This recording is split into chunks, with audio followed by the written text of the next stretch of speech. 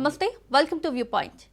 విద్యా వ్యవస్థలో డిగ్రీలు ఉన్నా ఉద్యోగాలు రాకపోవడానికి ప్రధాన కారణం విద్యార్థుల్లో సరైన నైపుణ్యం లేకపోవడమే. చదివిన చదువుకు చేసే పనికి పొంతన ఉండటం లేదు.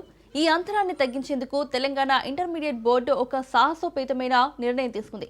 వచ్చే విద్యా సంవత్సరం 2026-27 నుంచి ఇంటర్మీడియట్ విద్యా విధానంలో సమూల మార్పులు చేసేందుకు అధికారులు సిద్ధమయ్యారు. కేవలం పుస్తక జ్ఞానానికే పరిమితం కాకుండా మార్కెట్ అవసరాలకు అనుగుణంగా విద్యార్థులను తీర్చిదిద్దడమే ఈ మార్పుల ముఖ్య ఉద్దేశం. ఇంటర్ బోర్డు కార్యదర్శి కృష్ణ ఆదిత్య నేతృత్వంలో జరిగిన చర్చల ప్రకారం అకౌంటెన్సీ విభాగానికి ప్రభుత్వం అధిక ప్రాధాన్యత ఇస్తుంది.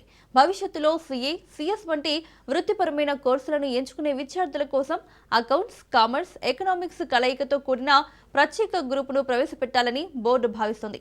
దీనివల్ల ఇంటర్ స్థాయి నుంచే విద్యార్థులు వృత్తిపరమైన నైపుణ్యాలను అలవర్చుకుంటారు. సైన్స్ విద్యార్థులపై ఉన్న భారాన్ని తగ్గించేందుకు ఎంపీసీ, బైపీసీ విభాగాల్లోని ఫిజిక్స్, కెమిస్ట్రీ, మ్యాథ్స్ సబ్జెక్టుల్లో దాదాపు 20% సిలబస్ను తొలగించేందుకు కసరత్తు జరుగుతోంది. కేవలం జాతీయ స్థాయి పోటీ పరీక్షలకు అవసరమైన ముఖ్యాంశాలకే ప్రాధాన్యత ఇస్తూ అనవసరమైన లేదా పునరావృతమయ్యే పాఠాలను తీసివేస్తున్నారు. పోటీ పరీక్షల నేపథ్యంలో ముఖ్యమైన అంశాలకు మాత్రమే ప్రాధాన్యతను ఇచ్చి inter first, second year maths పేపర్లో కొన్ని పాఠ్యాంశాలను మార్చే అవకాశాలు ఉన్నాయి.